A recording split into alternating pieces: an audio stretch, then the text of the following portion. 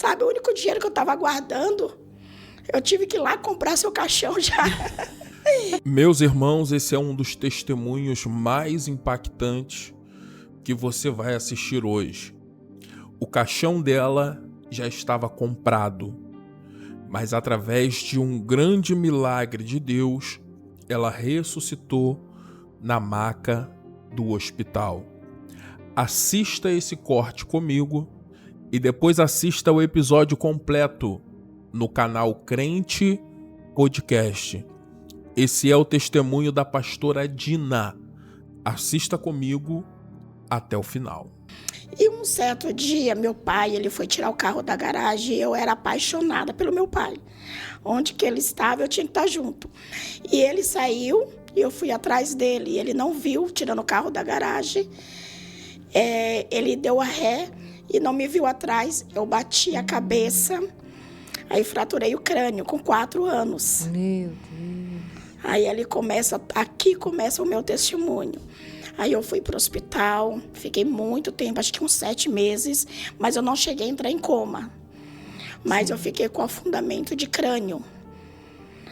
E fiquei muito tempo ali, saindo daquele hospital, vindo para casa da minha avó, coisa de dias. A minha avó, como tinha essa oficina de costura, e a minha mãe costurava, e minha mãe era uma das costureiras. E minha avó colocou uma caminha ali na oficina de costura. Sim. E deixou eu deitada e o meu primo, um primo meu de sangue. Porque a gente tinha a mesma idade, era 4 anos. E elas, no horário de almoço, saíram dali e foram almoçar na casa da minha avó, que fica no mesmo quintal. E a oficina da minha avó pegou fogo. Incendiou. Eu não sei como eu fui parar numa casa de uma vizinha, porque eu estava doente, que até hoje eu faço essa pergunta. Porque se eu estou doente e o meu primo era saudável, tanto que todo mundo falava assim, que chamava ele de Bolinho, porque ele era bem gordinho. Sim. Nossa, Bolinho, ele corria, ele brincava, era uma criança ativa. Como que ele não conseguiu sair? E como que a Dina, doente, foi parar na casa da vizinha? E a vizinha, que era a Dona Maria, ela falou assim, eu não sei quem colocou ela aqui, meu portão estava fechado. Foi Deus. Foi o próprio Deus. Não tem outra explicação. Eu fui transladada. Isso. E meu primo, infelizmente, ele morreu queimado. Com 4 anos. Tanto quando os policiais chegaram, o corpo de bombeiro, tudo. E quem fez a entrevista na época foi o Gil Gomes, né? Eles ficaram muito tempo lá. Eles falaram assim, não tem como, sabe, doer 2 crianças. Tanto que eles falavam assim, a vizinha falava assim, tem um menininho aqui. Então minha mãe achava que o corpinho que estava lá era meu. Minha mãe tentou entrar, mas não deixaram. Sim. Ela acho que ainda se queimou ainda os braços, né? E ali... E você na vizinha lá? E eu na vizinha, não sei como. Porque o muro era muito alto. O portão dela estava fechado. Mas como? Você acordou? Você... Não sei. Não, eu não sei. É Deus, não sei. Né? Essa parte foi esquecida, eu não sei. Sobrenatural de Deus. Não sei como ninguém que aconteceu. Explica, né? Ninguém entende, só Deus. Entende. É o mistério dele. Esses dias eu estava conversando com uma tia minha que participou também. É uma tia emprestada, né? E eu falei, Ana, como que pode, né? Como que eu fui parar na casa da Dona Maria? Ela falou assim, é uma coisa que ninguém sabe. Porque aí houve aqueles... será que fizeram de propósito? Né? Não. Mas até hoje ninguém descobriu como que aquele fogo, aconteceu. Sim, porque tudo estava tudo certinho, não tinha como pegar fogo ali. Meu Deus. Aí saindo dessa parte, né, que depois que a gente passa algumas coisas na nossa vida, que a gente vai entender os livramentos de Deus. Que até aquele momento, até a minha adolescência, eu não via aquilo como um livramento. A gente não vê a mão de Deus. Sim. Né? Principalmente quando a gente não serve a Ele. Aí não entende, Não né? entende, não né? Até então a minha avó enganava a gente, me enganava, falava que quem tinha me salvado eram os guias dela. Sim. Mas não. Aí passou minha adolescência, né? A minha avó, ela criou a gente para não gostar de crente. Então a gente ia para a escola, eu e minhas primas. Ela falava assim, olha, se vocês verem aquelas crentinhas lá, vocês não conversam com elas. Então, quando a minha avó via alguma das nossas coleguinhas de saia, ela falava, essas meninas é crente? Eu não quero crente aqui na minha casa. E minha avó não deixava a gente ter amizade com crente. Só que a gente era terrível, a gente tinha amizade com as crentes. Ai, Jesus. E isso era muito bom. Só que tempo de escola, ninguém falava de Deus, né? Eu queria saber de brincar, né? Mas naqueles minha avó... tempos lá era, mas, né? E ela falava assim, minha avó, ela odiava tanto crente que ela falava assim, vocês podem casar com bandido, com ladrão, mas eu não quero que vocês casem com crente. Que raiva ela tinha, né? Ódio. Ela tinha um ódio terrível. Ela falou, vocês podem casar com bandido, eu aceito. E a minha avó, por ela ser assim, ela foi uma mulher muito rígida. Ela não deixava as meninas brincar com os meninos. A gente não sabia o que era cinema. Parquinho de diversão tinha que ir quando 10 adultos tinham que ir junto. Que minha avó falava assim, eu não criei minhas netas para ser solta.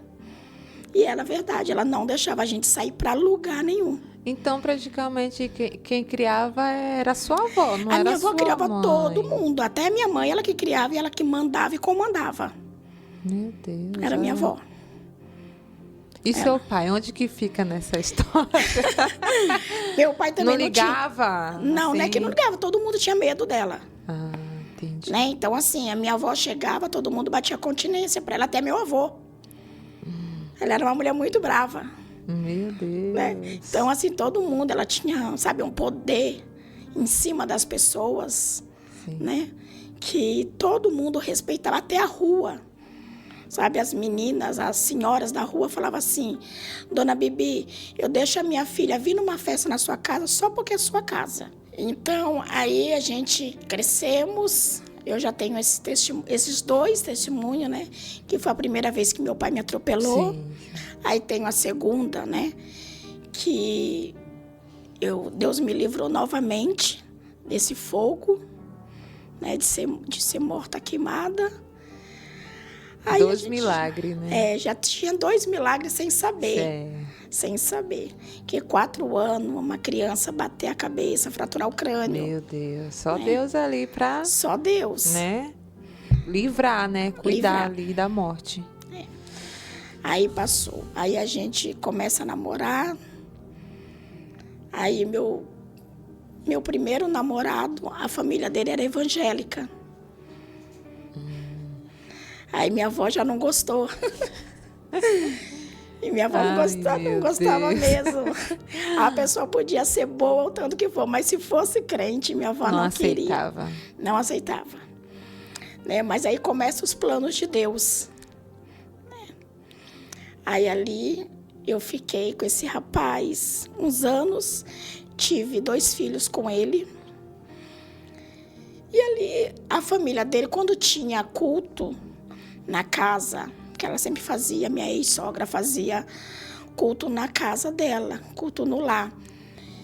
E eu nunca ficava, eu nunca participava, né?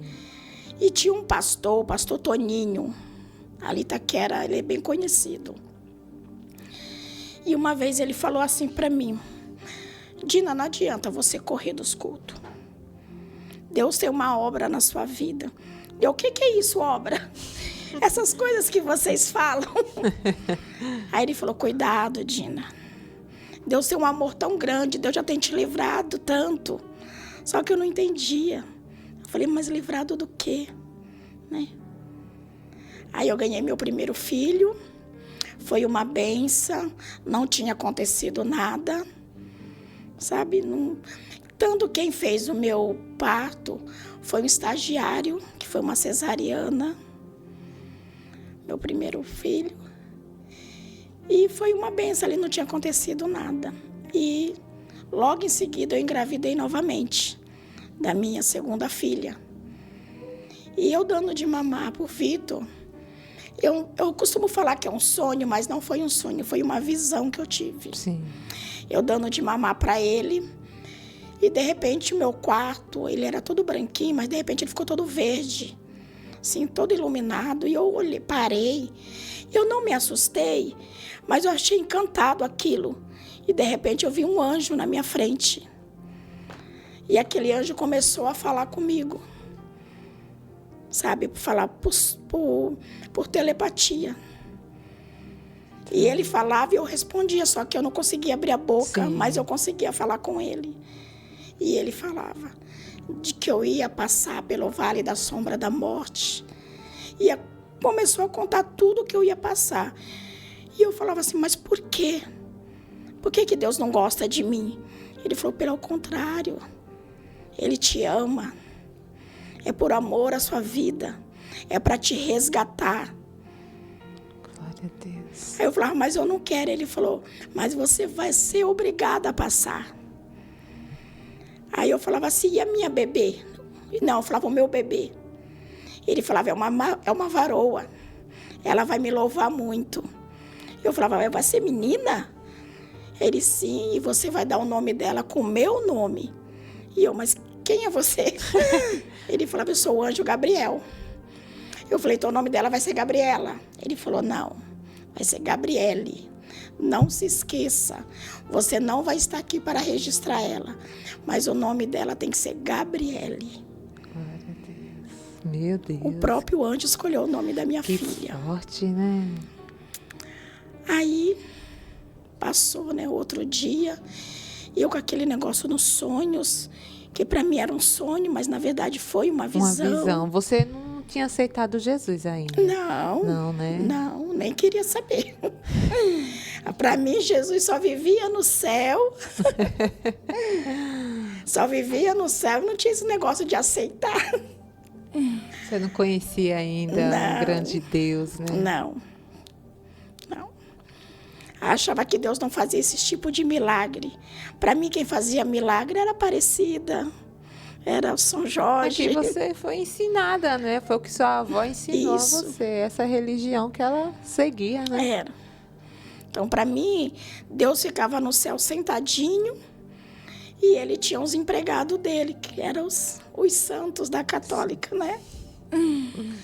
E foi assim que eu aprendi.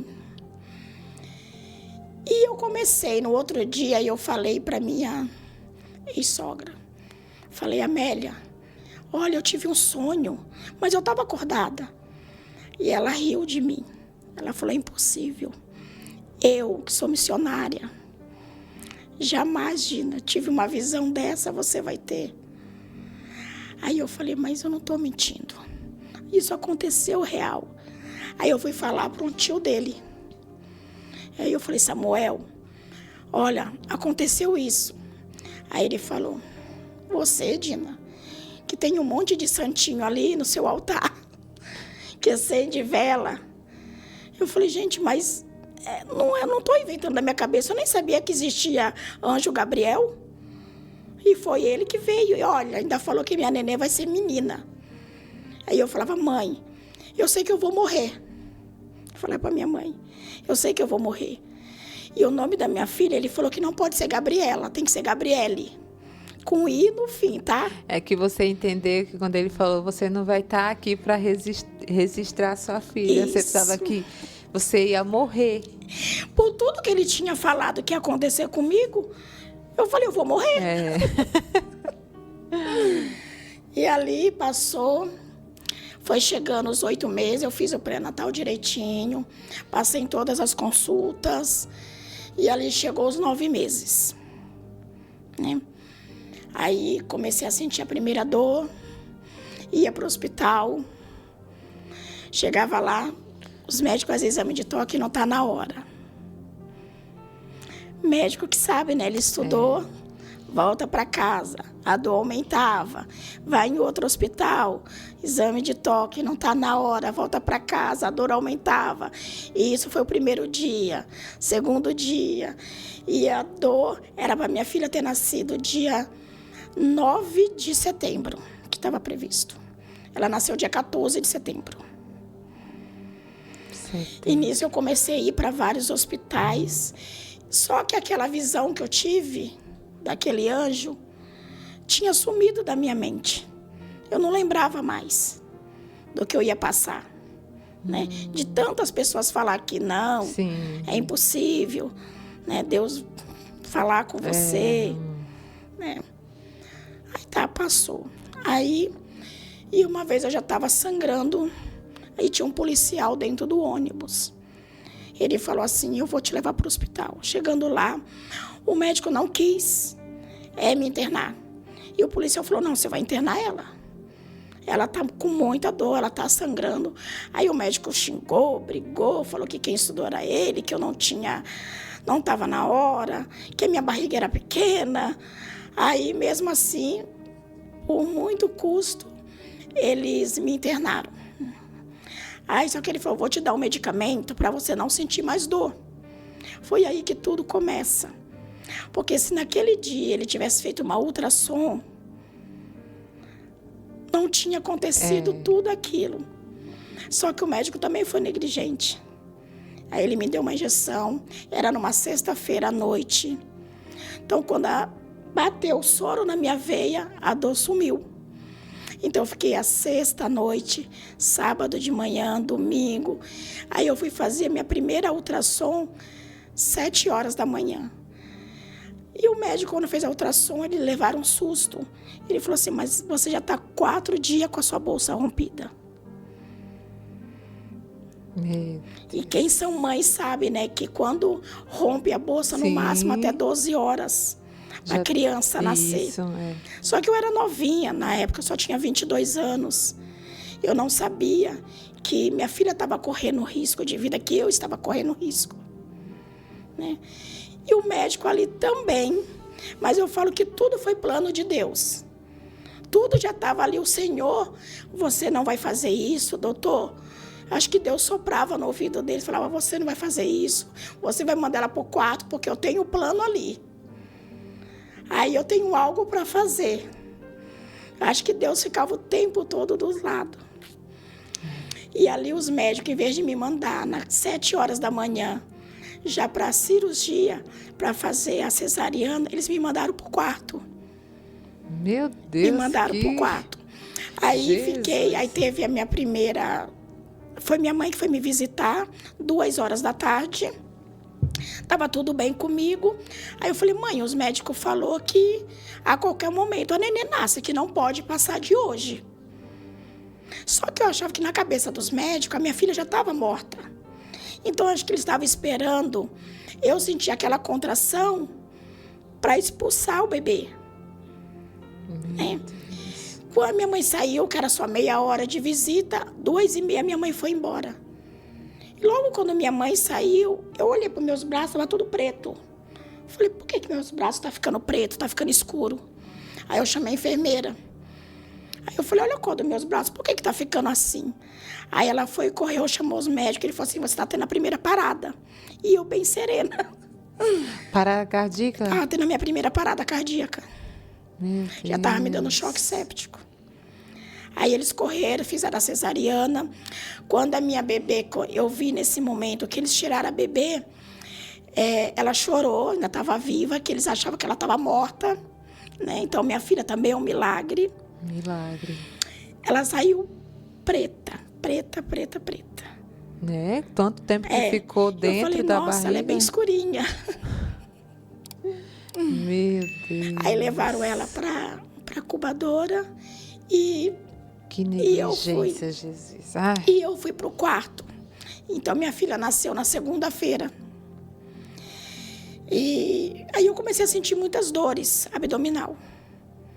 Não conseguia mexer a perna. E eu falava assim, será que eu não posso tomar um banho? Que acho que depois que eu tomar um banho eu vou me sentir melhor. As enfermeiras falaram, não, você não pode levantar da cama. Aí eu não vi a hora de dar o outro dia para mim poder levantar da cama, todo mundo levantando. E eu, cadê minha bebê? Por que ela não vem pro quarto? Aí falava assim, porque ela pegou uma pequena infecção. Aí também foi plano de Deus. Aí minha filha nasceu na segunda, eu fiquei no hospital até a quinta-feira. Na quinta-feira eles me mandaram para casa, só que a minha filha ficou no hospital porque ela tinha pegado a primeira infecção de urina. Aí falou assim, Dina, ela vai ficar para tomar alguns dias de antibiótico e depois a gente vai liberar ela. E eu fui para casa na quinta-feira. Sim. Somente com antibiótico via oral. Só que em casa também eu sentia muitas dores. E eu comecei a sentir dor e senti que minha barriga estava se estendendo. Estava ficando muito inchada. Só que todo mundo falava assim, é normal, acabou de ter um bebê, cesariana, até a barriguinha voltava ao normal. Eu falava, mãe, mas eu estou sentindo muita dor, eu não conseguia mexer as pernas. Não conseguia. Aí passou a sexta, quando foi no sábado, o pai dela foi visitar ela e ela estava de alta, a bebê. Sim. Ela estava de alta. E aí ele foi chamar a mãe dele, que na época ela trabalhava no hospital. E o médico falou assim, cadê a mãe da criança? Tá em casa. Tá, a gente só vai liberar o bebê com a mãe da criança. Falou, doutor, mas você me conhece? Falou, não, só libero para a mãe da criança. Aí foram chamar minha mãe. Minha mãe foi no hospital para tirar a bebê e falou assim, o que está acontecendo com a mãe? A mãe abandonou a criança no hospital e vocês estão querendo resgatar?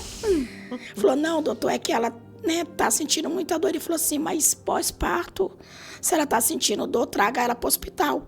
Ali foi outro plano de Deus, de ter segurado a minha filha. Porque eu falo assim, se eu tivesse saído para ir para casa com a minha filha, eu tinha morrido em casa. Porque você não ia no hospital. Não ia retornar ao hospital, eu só estava com dor, tomando medicamento. Sim. E daqui uns dias ia passar. E nisso, ele chegou lá e ele falou assim, a bebê tá de alta. E eu falei, por que você não trouxe? Ele falou assim, porque como a gente não somos casados no papel, só libera para você, né? Aí eu falei, então vamos lá buscar.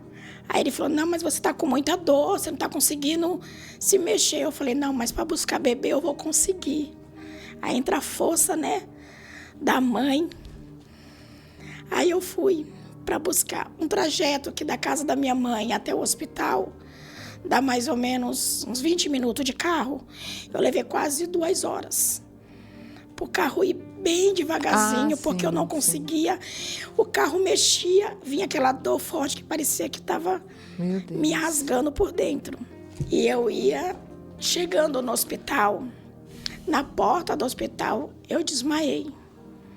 Quando eu acordei, já era todo um monte de médico em cima de mim, falando que, aí me examinou, falando que o meu útero não tinha voltado para o lugar. Falou assim, mas você vai ficar aqui, vai tomar antibiótico uns 10 dias e a gente vai te liberar para ir para casa. Falei, tá bom. Eu tava com muita dor. Falei, vou tomar antibiótico na veia, vai ser melhor, né? Assinei a alta da minha filha, ela foi para casa. E eu fiquei ali no hospital. E isso já era noite. Eu fiquei, irmã, mais ou menos das 8 horas que eu me internei até as 5 horas, gritando de dor. Mas era uma dor que eu falo assim, é a pior dor do mundo. Não fazia efeito o remédio? Elas não me deram nada. Nada. Então eu fiquei com muita dor, que eu gritava o hospital inteiro. Aí vinha as enfermeiras, brigava, me xingava. Aqui não tem só você. Mas assim, a minha dor era tão intensa que não dava só para você chorar ou só colocar a mão na barriga. Quando foi 5 horas da manhã, o médico veio e falou assim, Dina, o que você tem? Eu falei assim, eu não estou aguentando mais de dor. Ele falou assim, então eu vou te dar uma injeção e você vai dormir. Você quer? Falei, quero. E ele deu. Aquela injeção era 5 horas da manhã. E parece que aquela injeção tirou a minha dor mesmo. Não sei se foi morfina, não lembro o que foi. E quando foi mais 7 horas, tive que levantar, que aí já era domingo, para começar a fazer exames. Sim. Né? Eu já não estava mais com dor. Quer dizer, eu estava dolorido, mas já não estava sentindo aquela dor intensa que eu estava. E aí eu comecei a fazer muito exame. Aí fui tomar banho para fazer outro tipo de exame que eu não lembro. E quando eu comecei a vomitar, cada vez que eu vomitava, minha barriga crescia. Eu vomitava, minha barriga crescia. E eu vomitava, minha barriga crescia. Então eu fiquei com a barriga imensa, assim. Parecia que eu tinha 100 filhos dentro da minha barriga. Jesus. E o Samuel, que era o tio do meu ex-marido, ele era pastor, né, da igreja Deus e Amor. Ele foi lá para me ungir. Aí ele ungiu. Aí ele falou assim: Dina, agora você vai fazer uma passagem. Aí eu falei: como assim? Muca, né? A gente chamava ele de Muca. Aí ele falou assim: só crê que Deus está contigo. Aí ele me ungiu e eu fiz vários exames de tomografia, de ressonância de raio-x, e saí. E nisso, como ele tinha acabado de estar ali, entrou a minha ex-sogra. Aí eu já estava no quarto. Aí ela falou assim: Di, vai dar tudo bem, ó, eu trouxe foto do Vitor. Aí eu falei: eu não quero ver. Ela: por quê? Eu falei: a senhora lembra daquele sonho que eu tive? Eu falei: chegou a hora, dona Amélia. Eu falei: eu quero te pedir uma coisa, a senhora cuida do Vitor, mas pede para minha mãe cuidar da Gabi. O nome da neném vai ser Gabriele, tá? Não troca o nome dela. Aí ela falou: não, eu não vou cuidar dos seus filhos, ninguém vai cuidar dos seus filhos. Ninguém mandou você ter filho, quem vai ter que cuidar vai ser você. Eu falei: mas eu tô morrendo. Eu sei que hoje é o último dia que eu vou ver a senhora. Aí ela falou assim: não, Di, você vai sair daqui. Eu falei: eu sei que eu não vou mais. E nisso ela foi embora. E eles me levaram para o centro cirúrgico. Só que chegando na porta do centro cirúrgico, tinha que ter alguém para assinar a minha cirurgia. E eles procuraram por ela, que era a única pessoa que estava ali da família, que tinha que para assinar minha. E eles procuraram ela e ela já não estava mais ali. E eles procuraram pelo meu registro de internação e ligaram para uma vizinha da minha mãe. Aí falou assim: a paciente Dina Leia, tal, ela vai fazer uma cirurgia. Aí minha mãe falou: mas que cirurgia? A Amélia tá aí, né? Por que não chamaram ela? Ela falou assim: não, a senhora tem que vir para assinar essa cirurgia. E minha mãe chegou lá. E já era mais 6 horas, só que não deu tempo da minha mãe chegar para assinar. Antes de eu entrar para o centro cirúrgico, eu entrei em coma. Meu Deus. E eu entrei em coma profundo, porque o coma tem vários estágios. Sim. E eu entrei no último grau. E a minha cirurgia começou às 6 horas da tarde e foi terminar às 6 horas da manhã do outro dia. Foram 12 horas de cirurgia. 12 horas? 12 horas. É muitas horas. 12 horas de cirurgia. E ali, minha família já estava inteira lá, né? Minha avó, minhas tias, tio, meu pai, meus irmãos. E o médico saiu, né? Quando deu 6 horas da manhã, que acabou a cirurgia, me levaram para UTI. E os médicos falaram assim: eu só vou liberar uma pessoa para subir. De preferência a mãe. Só que a senhora tem que ser forte, porque o estado dela está irreconhecível, né? Minha mãe falou: então eu vou subir. E ele falou assim: olha, eu vou ser sincero, eu não vou dar 2 horas de vida para ela. O estado dela é gravíssimo, ela está com uma infecção generalizada. Já comprometeu todos os órgãos. E no máximo 2 horas de vida. E minha mãe subiu. Minha mãe falou que, ela me contando que ela foi forte, mas ela falou que realmente eu estava irreconhecível. Ela falou assim, Dina, parecia que alguém pegou você e te deu uma surra de pau no seu rosto. Além de estar todo preto, você estava toda inchada, mas era muito inchada. Ela falou assim, filha, você estava tão inchada que essa sua pintinha daqui sumiu. Meu Deus. Aí ela falou assim, mas eu te reconheci, né? Aí saiu e começou aquele processo de todo dia, os médicos, boletim médico, olha, os medicamentos é como água, não faz efeito nenhum. Os medicamentos não tá dando certo, o grau, cada vez mais, nunca eu tinha uma melhora, sempre uma Nunca piora. era uma notícia boa, Nunca né? era notícia boa, sempre ruim, minha mãe sempre acreditando. Tem uma tia minha que é advogada, e minha tia fez um escândalo lá, e os médicos falaram assim, olha, não tem jeito. Ele falou assim, mas minha sobrinha entrou aqui com vida para ganhar uma bebê e vocês vão me devolver ela com vida. Eu não aceito. Vocês me devolver minha sobrinha dentro de um caixão. Chegou uma época que os médicos já não conseguiam mais, que já tinha me dado morte cerebral. Quantos dias você ficou no hospital? Eu fiquei 45 dias em coma profundo. 45 dias. 45 dias. É. E nisso os médicos vão fazendo aqueles testes, né, para ver se o neurológico Sim. da gente, só que eu não respondia a nada. A nada.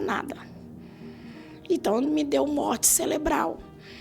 E um dos meus primos foram me visitar. O médico chegou a chamar ele, o nome dele é Cláudio. Falou, olha, eu vou dar os papéis, já começa a preparar, porque não Para tem os mais. médicos não tinha mais jeito Não ali. tinha, porque todo medicamento era como água, né? E assim, eu ia muito para o centro cirúrgico, eles me abriam, fazia lavagem, aí retornava para a UTI, e nisso a enfermeira falou assim, olha, Dina, a sua casa era UTI e centro cirúrgico.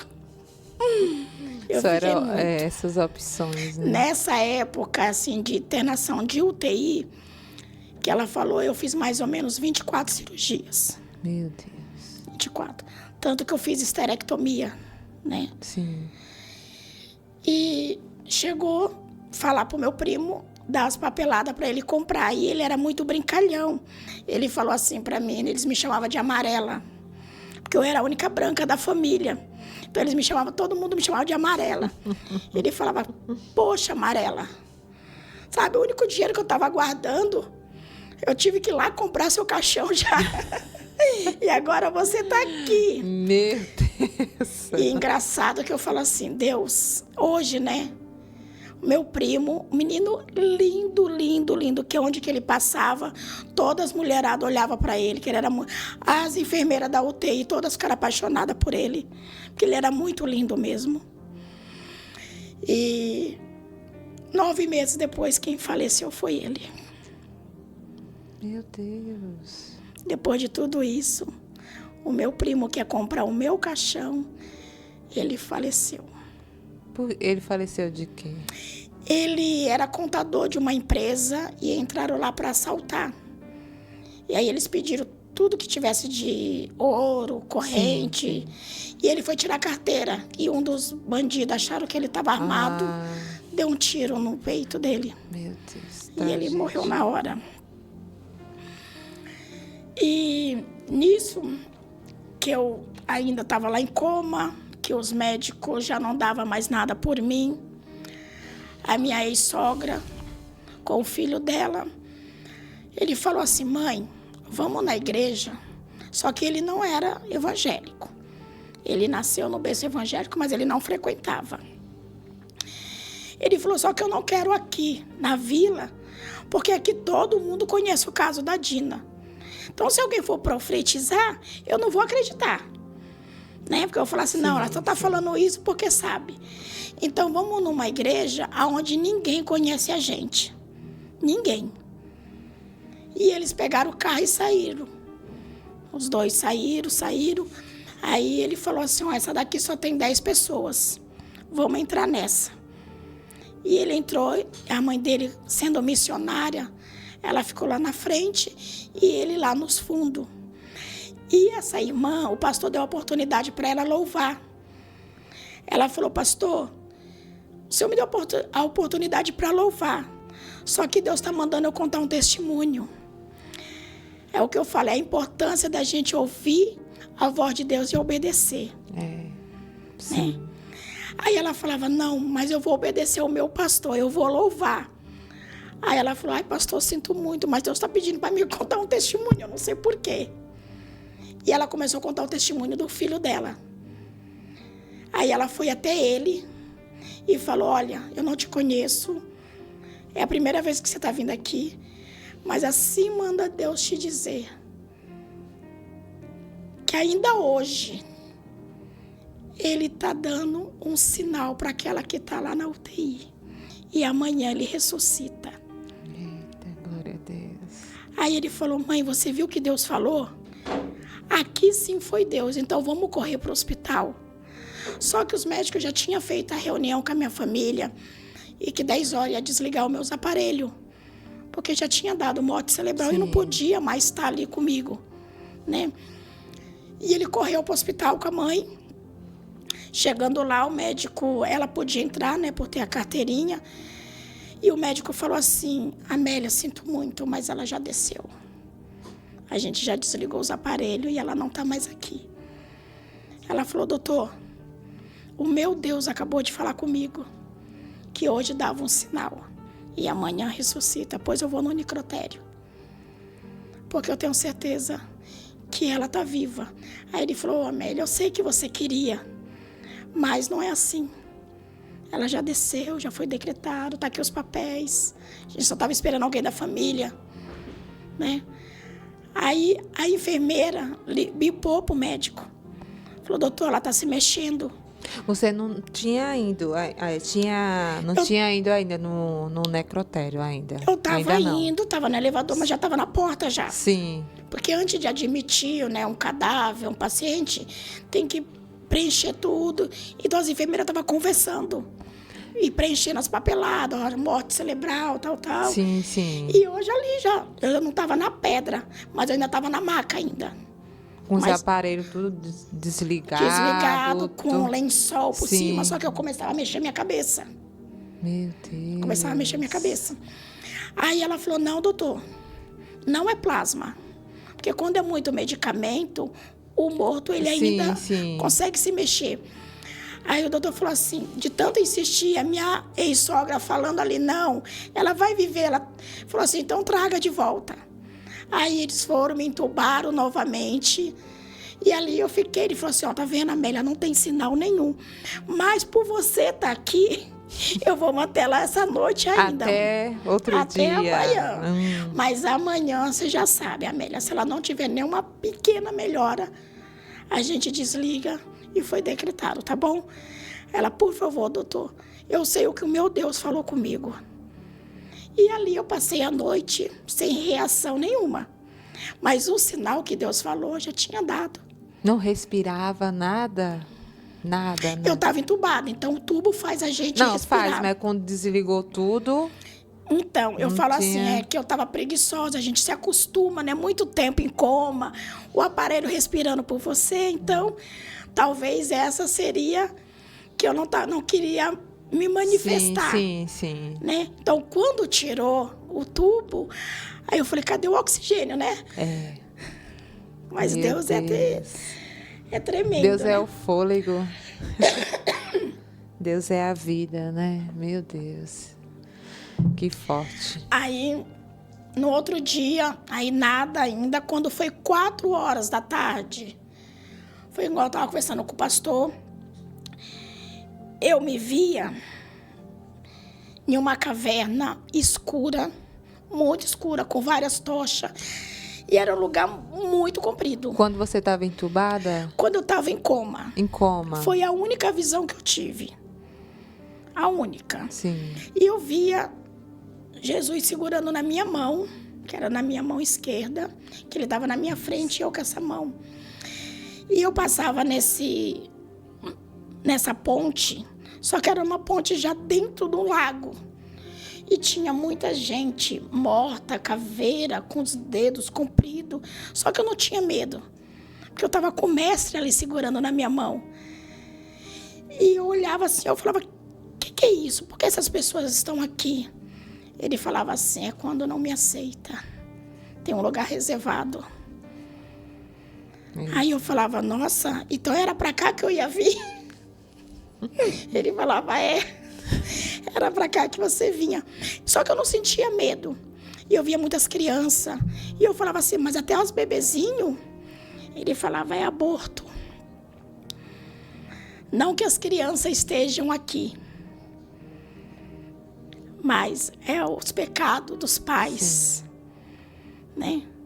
E eu entrava como se fosse um elevador, né? Ele falava, agora você vai subir, né? Deus falava para mim, agora você vai subir e vai começar uma nova jornada. E eu entrava dentro desse elevador e foi quando eu dei um pulo da cama. E eu mesmo comecei a tirar meus tubos quando eu acordei. Sim. E era justamente na hora que eu estava tomando banho, né? Que eu estava dando banho no leito, né? E eu comecei a me debater, tirar os tubos. E eles chamaram os médicos, aí me entubaram novamente. Sim. Aí passaram...